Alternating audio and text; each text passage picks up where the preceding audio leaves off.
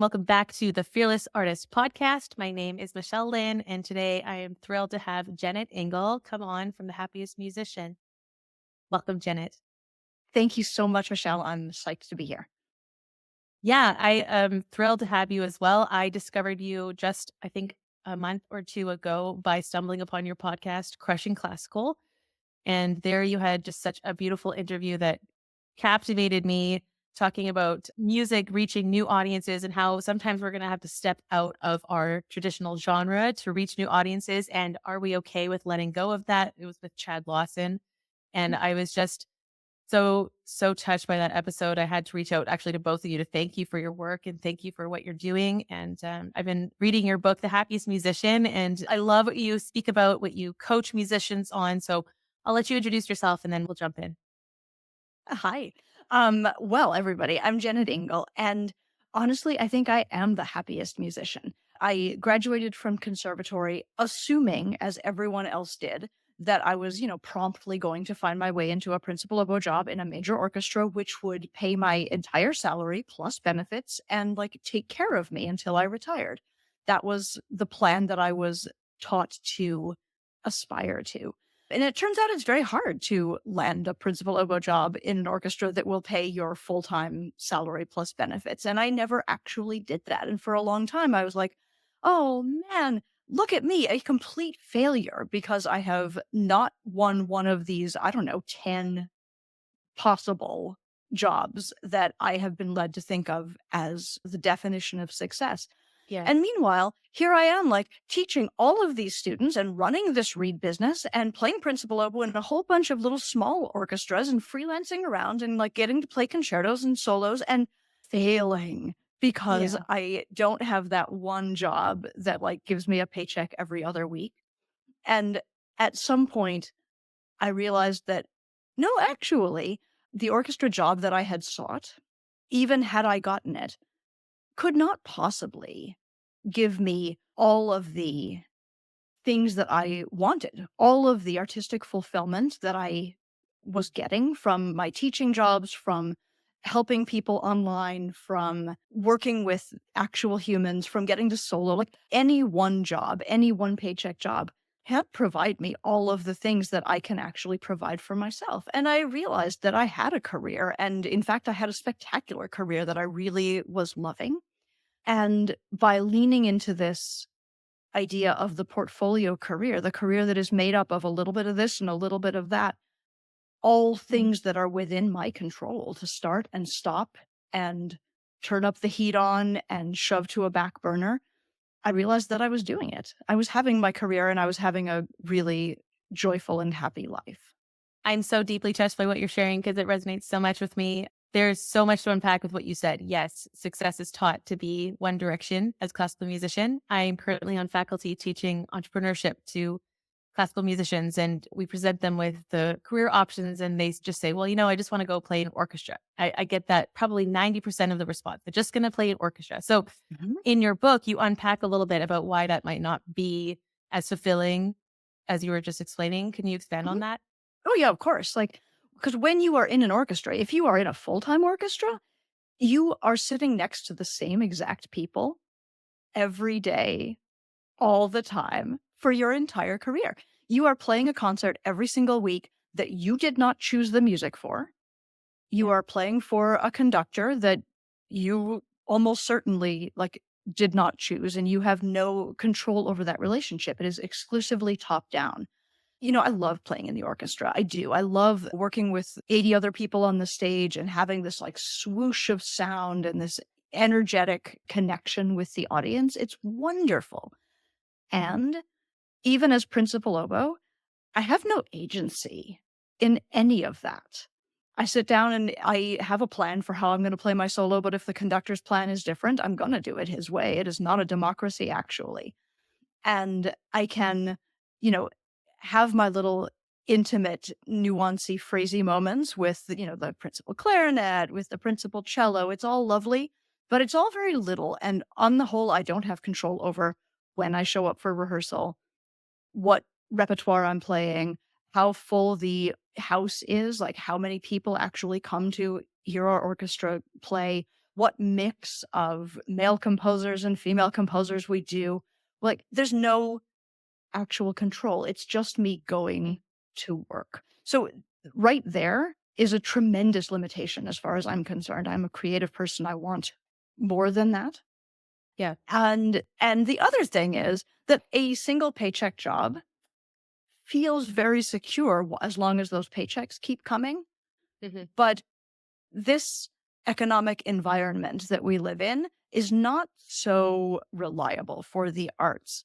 I'm old enough to remember the housing market crash in 2008, where not immediately, but over the course of the next few years, all of the people who had lost money in the stock market, not me so much, but the rich people who were the donors to the orchestras, stopped donating to the orchestras because they were like, oh, my 401k. Because they weren't donating, all of a Yeah. sudden, all of our work got cut. Right. And, every 2 or 3 years in a union orchestra, we renegotiate our union contracts. And sometimes we get raises and sometimes we do not. Sometimes they cut services, sometimes they cut weeks. I'm also old enough to remember the 2020 COVID-19 pandemic. Honestly, uh, my husband and I, freelance musicians with like small side businesses, were completely fine. It was shocking to have all of the performances go away. But, once the dust settled, we were pretty much okay. And my colleagues who had like achieved those one paycheck jobs in the Met, was it Indianapolis maybe? I can't remember. There were several orchestras, Nashville for sure, that just stopped paying. They're like, oh, we'll just go on furlough for a year. And if you were a person who is accustomed to getting a couple of $1,000s a week, what are you going to do? Yeah. What are you going to do? No one is prepared to have their entire source of income go away just like that. Yeah. And, while we don't expect a global 2-year shutdown to happen again anytime soon, like we know it can. We Mhm. now know it can. And I find that my portfolio career, made up of a whole bunch of different things that I can control, is so much more stable, so Right. much more artistically fulfilling, so much more flexible than anything I could have had if my original plan had come to fruition. It's so interesting how you're framing the portfolio career because one of the pushbacks I hear is that, freelance work is unstable. And here you're saying the opposite. Actually, you have control. So you can choose what you put your time and energy into, your effort. You can choose what goes on the back burner. You can pursue projects that are creatively fulfilling. It's giving you, it sounds like a lot of control and freedom as well. What was the turning point for you where you realized, actually, I do have the career that I want and I don't need to believe this lie of the one path to success? I think it was not so much a turning point as a gradual realization, Mhm. but I can point to a turning point in 2019, like before the pandemic, before anything was happening. I was, playing in a principal oboe job here and like another one over here. And I had like a section position over in this orchestra. So 3 different orchestras whose contracts I was balancing. And I was a freelancer. So every week filled in with work from one source or another. Because, if you're a good player and you've been in town long enough, like paying your dues, you get called for things. So I was working all the time as a performer and I had 18 or 20 students and I had my reed business and I was doing solo recitals every time I could, like all sorts of things that I was doing, all sorts of projects that I was putting in place. And I remember being with my orchestra, my main orchestra, playing Brahms' First Symphony, which is, of those sort of warhorse symphonies that we play to over and over again, maybe too much. It's my favorite one. I do really love it. And I love my colleagues in this group, and I was enjoying the conductor. And we're in the fourth movement, and like everything is momentuming toward the end of the piece. And all of a sudden, this voice in my head said, what is even the point? And that's not something that I'm accustomed to hearing, like a voice in words in my head saying such dire things. And so like I interrogated that after I left the stage. And I realized that I was just so tired. I was so burned out. And the thing that I was able to point to as, the problem right now is this 18 student situation. I had Mhm. adjunct positions at Andrews University, at Valparaiso University, at St. Mary's College. I was teaching all over the place. I had students coming to my house. So every afternoon after school, when another kind of parent might have been spending time with their child, my Yeah. child was watching television while I spent my time in my oboe studio with other people's kids. Yeah. And it just wasn't working for me anymore. And, 18 students a week is not an insubstantial amount of income, but Right. I had the flexibility because of all of the other things that I was doing to say, no, I need to make a change. So, a month later, it was May. I graduated a bunch of them and I fired all the rest of them. Like, nope, I'm not doing this anymore. Love you guys. This must stop. And so I stopped it cold turkey, from a couple $1,000s a month of teaching work to Yeah. just not having that anymore. And it felt easy enough to Yeah. lean a little more into my read business, to lean a little more into the performing and make up the difference. I had the flexibility because I already had a lot of irons in the fire and a lot of income streams in my portfolio career. So the money always comes from someplace. And I was able to make my schedule be what I needed it to be. That's an amazing story to have that huge shift. I actually have a very similar story. I quit teaching piano in September 2022. And it's what you were saying. I think I had 25, 30 students, the doorbell's ringing every 30 minutes. Yeah. And I mean, even hearing you talk about it, I get this pit in my stomach because it was just not for me. And I love those kids so much. And so it was so hard to let go. And of course, teaching income was stability, especially during the lockdown. I mean, I was just teaching online and then I could still earn my income. But there just came a point where I was like, I'm not meant for this. This isn't, and I think there's something in you that's like, no, no, I can do it all because Uh-huh. like I'm pretty good at it. Like, okay, I wouldn't call myself a pedagogue, but I can encourage kids, I can inspire. We had recitals, we had exams, like there's lots of great things happening. So it's like we're constantly making these decisions of pursuing an ideal career, what you're talking about, coming back to that freedom and the creativity and fulfillment. We constantly have to make these kind of turns and shifts and saying, where do I actually feel like I'm called? So letting go of your students and then you leaned more into the performing work. I wanted to ask you, what do you think musicians need to embrace this mindset of building a portfolio career and understanding that we always explain it as a table has four legs. So you're actually giving yourself more stability rather than Mhm. the typical world says freelance work is so dangerous. I mean, the money has to come from somewhere, right? Like we all need money to live on and we need to work for that money. If you are in a position where for a long time I was not in a position where performing alone could pay all of my bills. And really, that's a lot of pressure to put on your performing career, right? If your definition of freelancing is literally just sitting at home waiting for the phone to ring and hoping that you can have a gig next weekend, the weekend after that, I would agree that that's not very stable and not very safe because the economy goes in cycles, the season goes in cycles. I don't know about a pianist, but for an orchestral musician, the summer is dead. There's Mhm. nothing going on for a lot of the time unless you go to a music festival and those don't pay all that well and blah, blah, blah, blah, blah. So performing should certainly be one leg of your table, but should probably not be the only leg. Because Right. even if your definition of diversified income is, oh, I have 4 different orchestras I work with, if Right. you get sick and can't show up, if 2008 happens again and suddenly the orchestras are pulling back and cutting weeks, like suddenly it's not so secure. And there's an inherent cap in your income if your portfolio is all about performance. The inherent cap is that there's literally only one Saturday night per week, and there is a finite number of places you can be at the same time.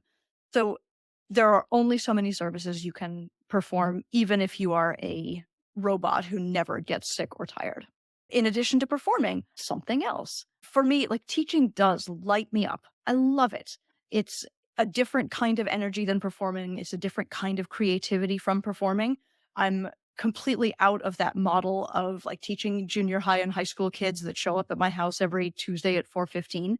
But I am not done teaching. Instead, I teach groups of people. I teach online. I teach specific topics for a finite amount of time and I sell admission to those. But teaching on the whole gives you an additional level of stability, gives you control over that income, right? You can raise your rates. You can bring in one more student. You can choose to do groups rather than individual students. And suddenly that's taking care of a lot of things. For me, my reed business has been a tremendously valuable source of stability. That's a thing that an oboist can do that maybe a pianist can't do. But what can a pianist do? I don't know. Do you tune pianos? Is there some other like product that you can sell? I know pianists who have written method books and pedagogy Yes. and sell books like that and go off doing presentations about their method books and their pedagogy. Yeah. What are some other things that you could entrepreneurially do to bring in money and be creatively inspired doing it? And what if your portfolio of activities had some things in it that weren't even musical, weren't even creatively inspiring? Tell it like it is. You're saying everything that's so great. Yes. Yeah, Please continue. Non-musical income streams. Is that allowed totally. as a musician? Doesn't it Of mean that course you're it not is. serious?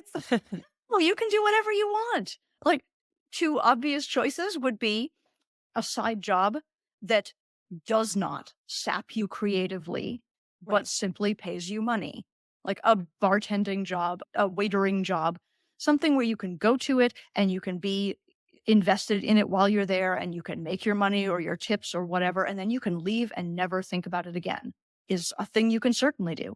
Something that actually does inspire your creativity and keep you engaged and like let you enjoy it and maybe rise up the ranks. I know people who are website designers, who are programmers, who are copywriters, who are marketers or social media experts, and work for other people doing those things, which also build their skills for building their own careers, which also are fun and exciting for them. And they begin to be able to charge more and more. I know people who do like virtual assistant work Yeah. and like they have a great time doing it. It's a steady paycheck because they're working for somebody else and they can keep sort of rising up their own uh I was going to say corporate ladder, but that's not quite right, but their own like career ladder Yeah. within that realm.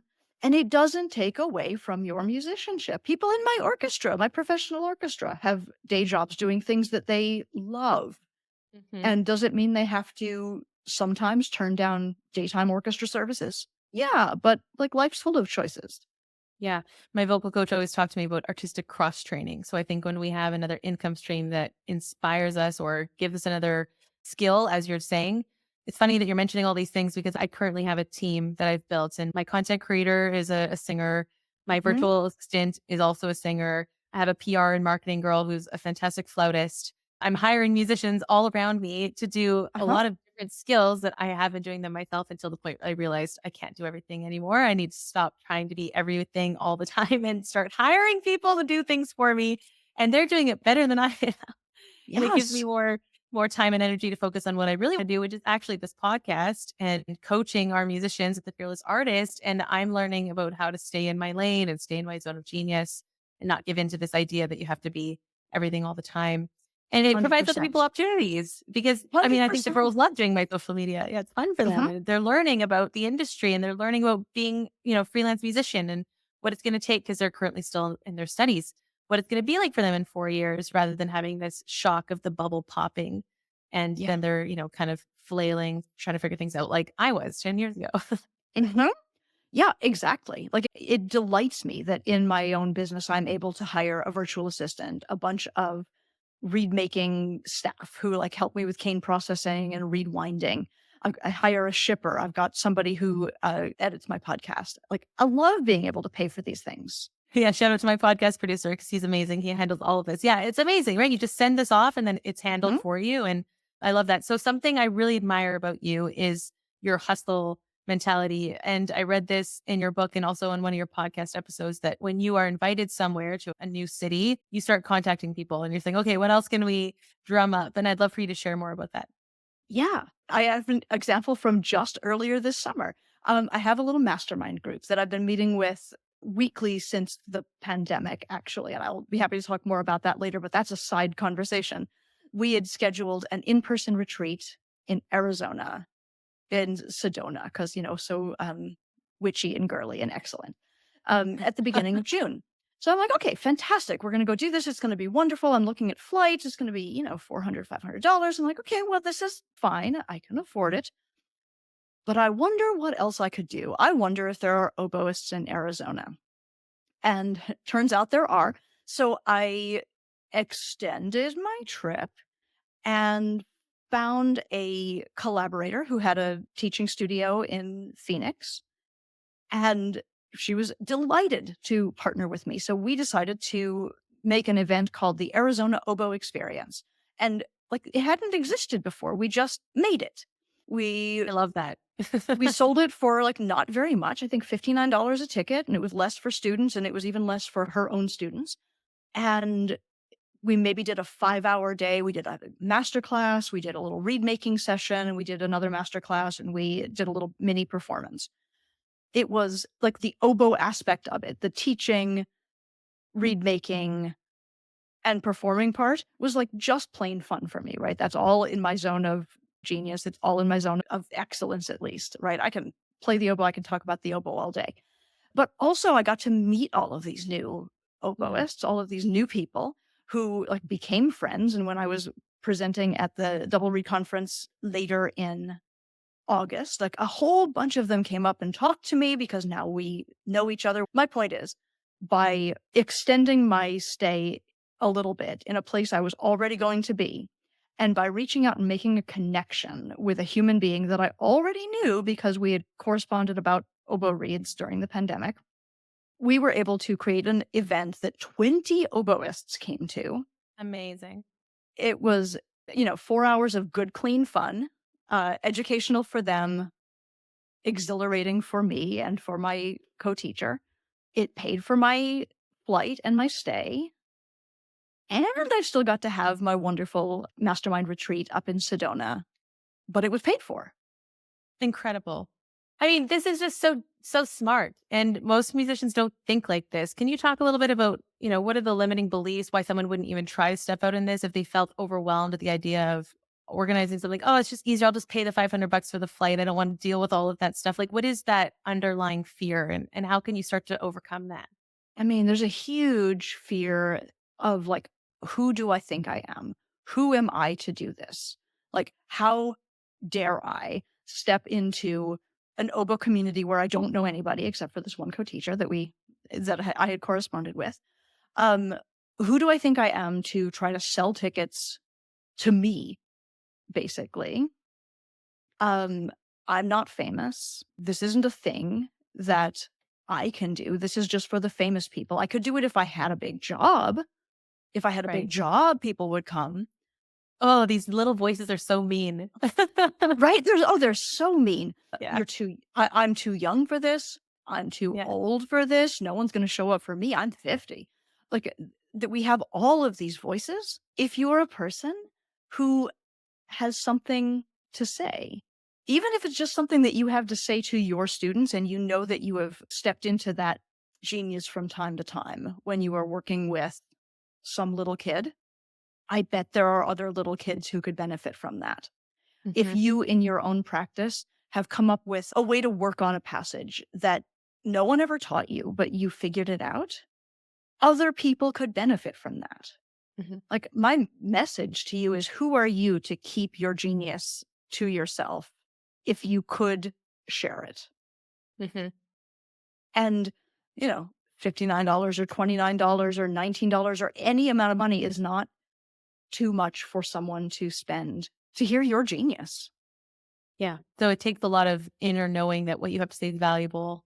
You're there Yeah. to create something really interesting, collaborative with your fellow teacher, the Arizona experience. I love that. It takes a little bit of gutsiness to come up with some snazzy word, maybe to bring people in. But I mean, 20 seats sold, that's a great success. And I'm sure it was organized quite quickly as well.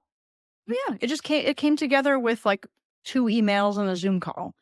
Yeah. And then we just slapped up a sales page and made it happen. No, like, is there a fairly large amount of infrastructure behind the scenes that went into that? Sure. Like, I've been in business for years and I have an email list and I have Yeah. an audience. And I worked with someone who already had an existing studio and an existing network of oboists that she knew that knew her. Actually, one of my favorite things about this, like, I love that people came and paid money and, like, came to hear me. It was actually incredibly validating for me that, like, this little YouTube channel that I started 8 years ago had developed me enough of an audience that people are like, "Oh, Jennet, I wonder what she's gonna say about the oboe." But it was lovely that when I got there, maybe 5 or 6, like a solid quarter or third of the audience that was there said something to me like, "Oh, I'm so glad to be here, like, it's great to hear you speak, but I'm just so glad to be supporting Maya, my co-teacher." Oh, And it was just so lovely to see because she's, quite a bit younger than I am. But it was so great to see what a community and what a network she had built up in the area. And for me to be able to leverage that and for her to be able to leverage my audience simultaneously, like it felt like a win-win for both of us. I got to do an event that was fun. She got to like raise her credibility in the area by doing an event, by bringing me in, by having a room full of excited oboists. yeah. And if we talk about creating skills that complement our musical strengths, I mean, that's exactly what you need to know how to do as a musician, how to organize events, how to get people together in a room, building your email list, creating content. I didn't know you started on YouTube. I'd love to hear more about that. But you're right. I think a lot of the things we do with the Fearless Artists, we're trying to convince people to get started in building this audience and that there are people out there who care. There are Mhm. 20 oboe players who would love to come hear you teach, and you inspired them. You gave them a lot of motivation. They probably heard you say something that Maya had already said, but because you said it, they're now suddenly gonna go do it. So Oh, for it's just sure. like there's win-wins happening all over the place. And I mean, that is what a collaboration is supposed to be, that we create something bigger together than us individually. Yes. Yes, exactly that. I mean, that's exactly what you and I are doing right now. I'm talking to your podcast audience who probably isn't following the 5 Minute Read Maker over on YouTube. Um, They should be. and They will be after this episode. exactly because what you want to know is more about oboe reed. Um, They'll be following Crushing Classical though, because that is an yes. excellent podcast. Yes. Yeah, yeah, yeah. Sorry. That's, of course, the more obvious collaboration. But I'm by making this collaboration happen, it's boosting both of our careers. And, this is the case for my podcast as well. Every time I do something, the guest who I'm speaking to has an audience who tunes in. The audience that I already have tunes in, and everyone wins. The guest Mhm. gets more visibility. I get a little bit more visibility. And like we all grow in this world. And my end goal, I think, is for more musicians and creative people to be not only thriving in the world and in their portfolio careers and their creative careers, but also to be seen to be thriving. Because the more Yeah. visibly musicians and creatives are like thriving in the world and are doing well, the more possible it becomes for the next generation of people, for the current generation of people to step into that same level of growth and thriving. It's so beautiful. Without vision, the people perish. It's one of my favorite verses. Like we need to give Mm, people examples of mm, what's possible. And for me, I mean, way before I started The Fearless Artist, I was watching motivational women speakers, women preachers, women taking authority and leadership and talking yeah. about entrepreneurship and saying, oh, these are powerful women who have voices and big audiences. And that's so motivational and inspiring to me. I never saw it coming into my life so strongly as it has, but that knowing that it's possible is what makes you realize you could step into that too. And with Yeah. the whole starving artist thing, I mean, for me, it feels like if I could get rid of one thing in my life, there's one thing that I could do is eliminate this starving artist mentality. And I teach my students at the beginning of class, we say, we're not starving, we're thriving. And I Yeah. make them say it out loud, and everybody kind of rolls their eyes. I'm like, you're going to wake up tomorrow morning, you're going to look yourself in the mirror, and you're going to say, I'm not starving, I'm thriving. And I look for opportunities and I make things happen. And I have the keys to my career, and nobody else gets to tell me who I am or what I have the possibility of doing. Because you're right. If we don't know it's even possible, we're not going to try to go for that. Yes. I wanted to ask you what inspired you to write your book. I mean, I'm sure you've had a big career, so you've seen a lot of problems in the industry that you've been talking about today already. But what was that motivation that you said, I need to get this down in writing? It is that midway through our pandemic lockdown, I was joyfully leading a bunch of oboe group programs on Zoom. I was in a coaching program that was helping me to grow personally and in my career. I was having the time of my life connecting with humans like across the globe on Zoom. I was performing on Zoom, like all of these things were happening. And I looked around me in my like actual in real life, and all of my friends who were musicians were not seemingly in that same joyful space. Yeah. People were mourning the loss of their steady one paycheck orchestra that wasn't paying them. People were worried about when performing would ever start back up again. People were like in this like sort of panic of scarcity and Yes. anxiety, and I realized that's been the musicians that I've seen for years, even when things were going great. Everyone's in a little bit of, like, "Oh my gosh, when is the next gig? What," you know, "why did that person get that gig and not me?" And the book came out of that. Like, I want to share that a fulfilled artistic life that also pays your bills is possible, and that you can be a happy musician. It's so great that you're sharing this. I want to thank you because during the pandemic, I had the exact same thought. There are two types of people. There's the negative fear, complaining. There were people saying we will never have live performances ever again. I mean, I remember hearing that. I thought, the guys, this is ridiculous. Like, how can you even believe this? And it was just this fear kind of in the air. And then there, on the other side, there were people looking for, okay, what's possible now? And my co-founder Deanna, she was also saying, we need to look for what we can actually start to do with what's in front of us and not Yeah. just sit around waiting for the phone to ring. Of course, no one's calling because we're all trapped in our homes. I was Yeah. also performing on Zoom. I did live concerts for actually one of the most beautiful stories is my grandmother was in a dementia facility for Mhm. 5 years before the pandemic. Mhm. And not once did I ever think that I could call her on FaceTime and play for her.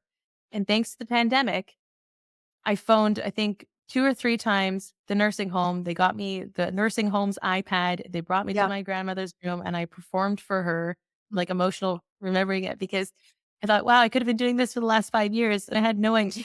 Right. We just didn't think so when doors close, then you realize what's actually possible in front of you, and that was always just such a striking moment for me. I thought, "Wow, it's been staring me in the face, and I didn't even realize." So, just keep encouraging musicians to look for what's possible. I know you have coaching as well. Can you talk a little bit about what you work on with your clients and some transformations that you've seen? I mean, I am always in it to get musicians paid more and to get musicians more spaciousness in their lives and find their way to whatever's thriving and whatever success means for them.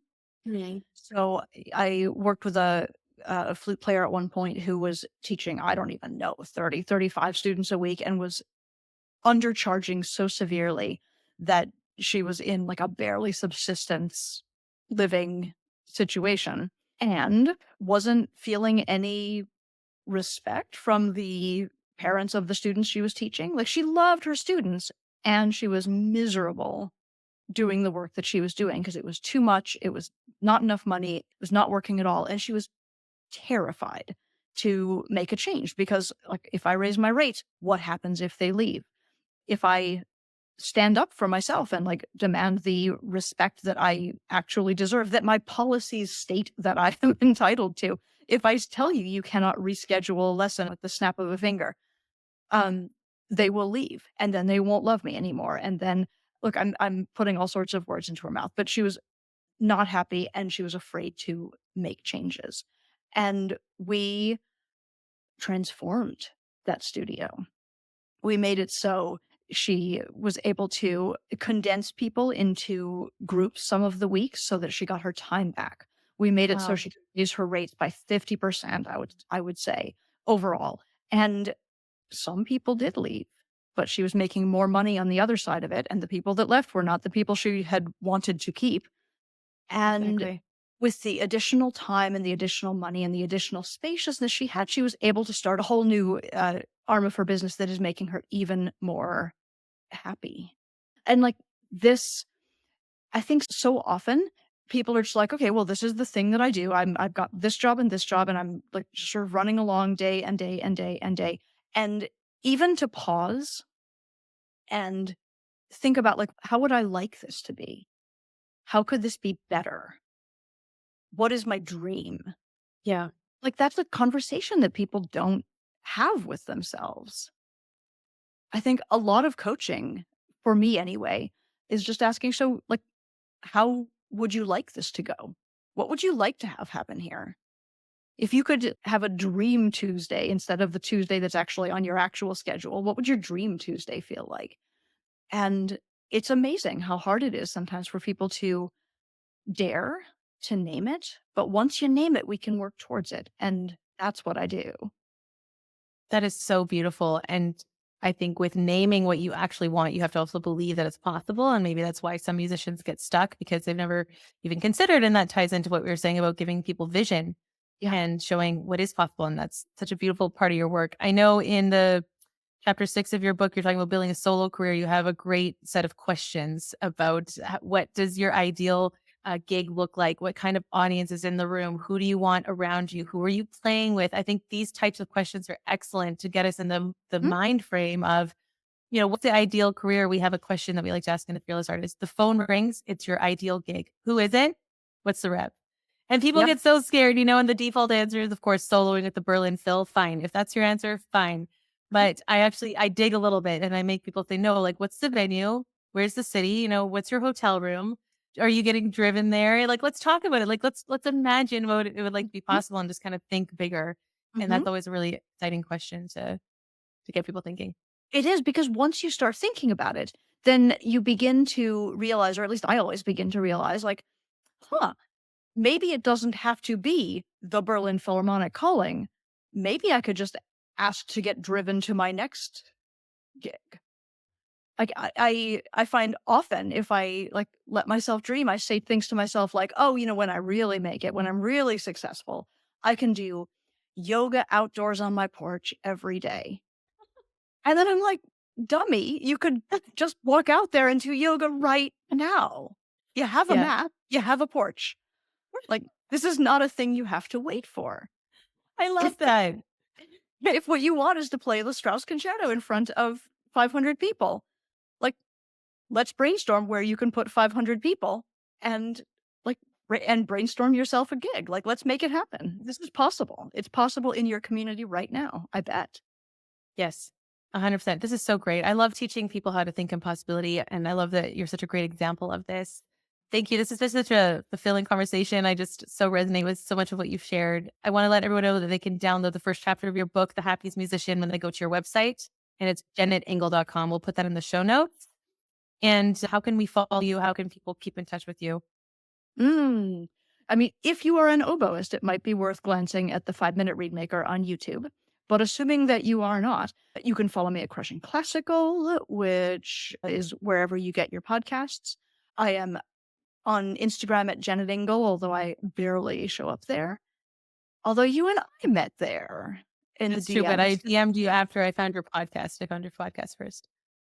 Yeah. Interesting. And I mean, Yeah. everything I do is up at jennetingle.com. Perfect. We like to finish our episodes with one practical action point. So, do you have something that you can give our audience? I mean, I think this just follows from a lot of things we've already talked about, but the thing I want to say is just get curious. Mm. Anytime you are dragging yourself to a gig, a lesson, the next thing that is on your calendar, and you are feeling about it, ask yourself Yes. why. Ask yourself, what is it about this I don't like? And ask yourself, how could it be better? Because almost for sure, there is a change you can make, whether that is a tweak to your own mindset around reframing the thing you have to do, whether that is quitting that thing you have to do, whether it is firing that one student, whether it is rethinking the way you schedule your days so your energy is right. Get curious. Great questions. These are deep questions. I love that. Thank you so much. Thank you for being here. To everybody listening, please leave us a review and screenshot this podcast to your stories on Instagram. We'll reshare everybody. And Jennet, really, thank you so much. This has been wonderful to hear your wisdom. Michelle, thank you so much for having me.